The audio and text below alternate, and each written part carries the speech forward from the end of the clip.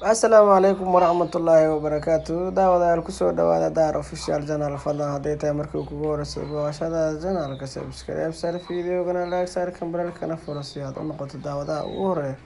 muuqaalada halkan aan soo gelino like share comment la wadaaga asxaabtaada kuna soo dhawaada muuqaal cusub maanta waxaan idin hayaa video aad iga yaabiyay idinkana aad la yaabi doontaan daawasho wacan. Just shut up. Waan islaam walaalayaal meelood boo joogteen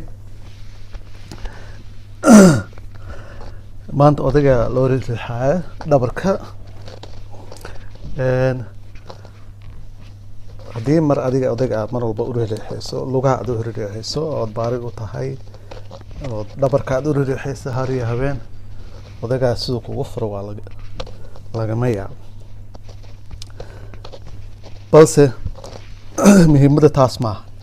muhiimadda shalayto waxaan ka hadlay inay dadka badanaa isqarxiyaan ay yihiin dad depression ku jiro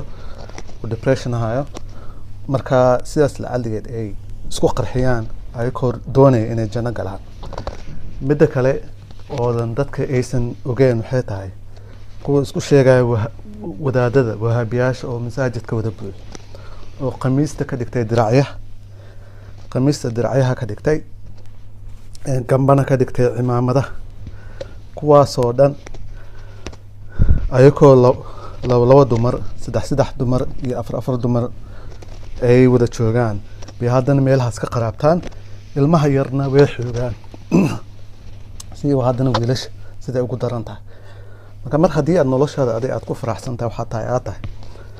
marnaba lagama yaabo inaad dadka qayaanto sababtoo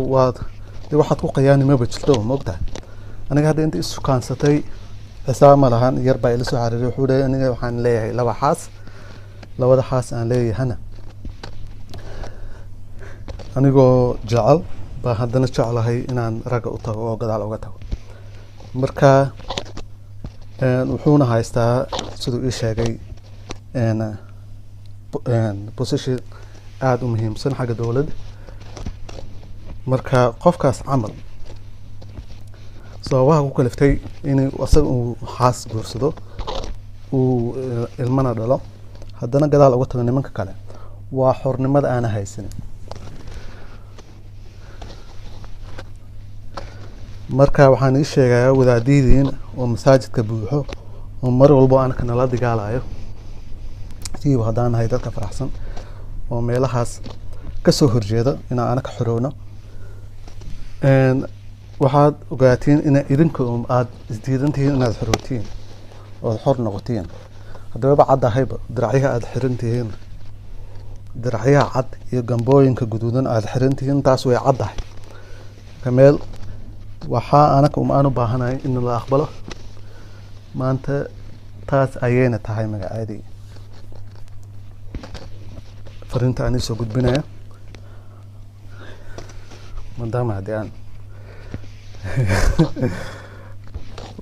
aan odayga iskaga riixriixayo waa inaan odaygana u riixriixo dhawarkiisana aan ituso ma rabo waad iga cayuumaysin maahana odayga inaad aragtiin saad u jeceshihiin oo sheehna ma jiro hadda intii la riixriixayo ya wax sheeh la cabi karana ma laha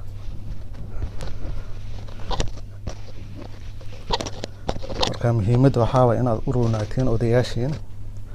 manin hadda sidan loo riixriixayo dhabarka iyo lugaha hariga habeen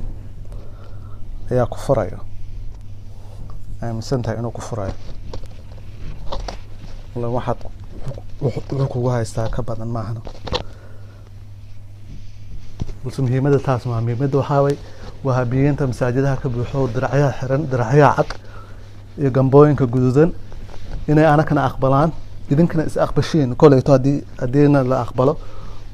oo idinkana is aqbashiin way dhaafaysaa waxaan ilmaha yarood ku fursanaysiin gabdha iyo wiilal waxay ahaadaanba fariinteedana waa taas waan islaam walaalayaal odayga usii riixriixanaya intaas ayayna ku eg tahay messagekayga maanta